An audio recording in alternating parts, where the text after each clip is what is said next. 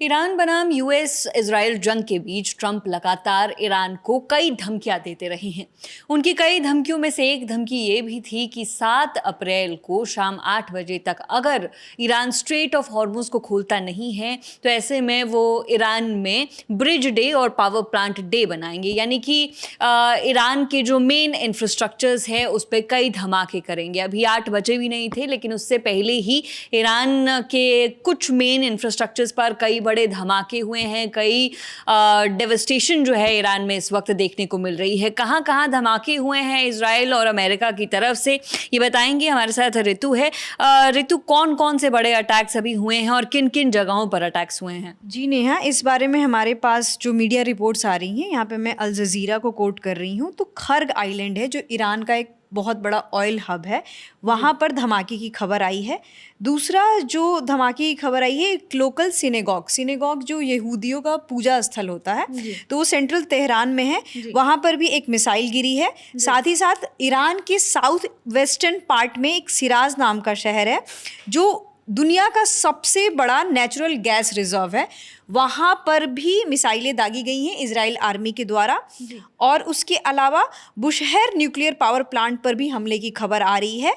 और यहिया आबाद railway bridge पे, जो कि एक ईरान के कासान शहर में है, वहाँ पर 2 लोगों की मरने की खबर आई है। साथ ही साथ अलबरोज और शहरयार सिटी के रेजिडेंशियल एरिया में अटैक किया गया है, जहां से 18 लोगों की मरने की खबर आई है।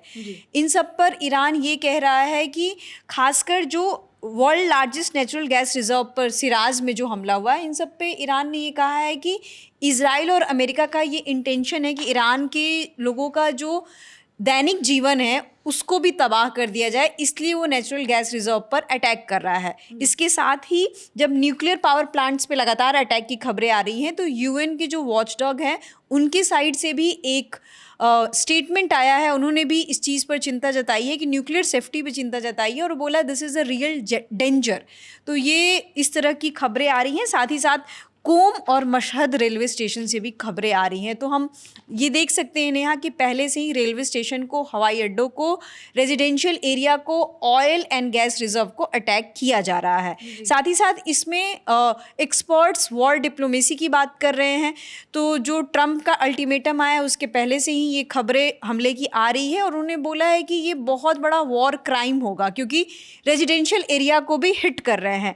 और इसमें ईरान ने ये कहा है कि वो 10 डेज़ का, अल जज़ीरा में ऐसी रिपोर्ट आई है कि वो 10 डेज़ का प्रपोजल प्लान उन्होंने भेजा है, और बोला कि वो सीज़ फायर पर नहीं मानेंगे क्योंकि टेम्प्रेरी जो सीज़ फायर होता है उससे क्या होता है कि दोनों ग्रुप्स को, अमेरिका और इजराइल को, रीग्रुप करने का एक नया मौका दिया जाएगा, और ये लोग रीग्रुप करके फिर से ईरान पे अटैक करेंगे। तो उन पे जो भी सैंक्शंस लगे हैं और जो भी यूरेनियम को लेकर विवाद चल रहा है अमेरिका और ईरान के बीच में, ये सारे मसले हल नहीं हो जाएंगे तब तक से ईरान किसी भी तरीके का नेगोशिएट नहीं करेगा। तो ये खबर आ रही है अभी तक।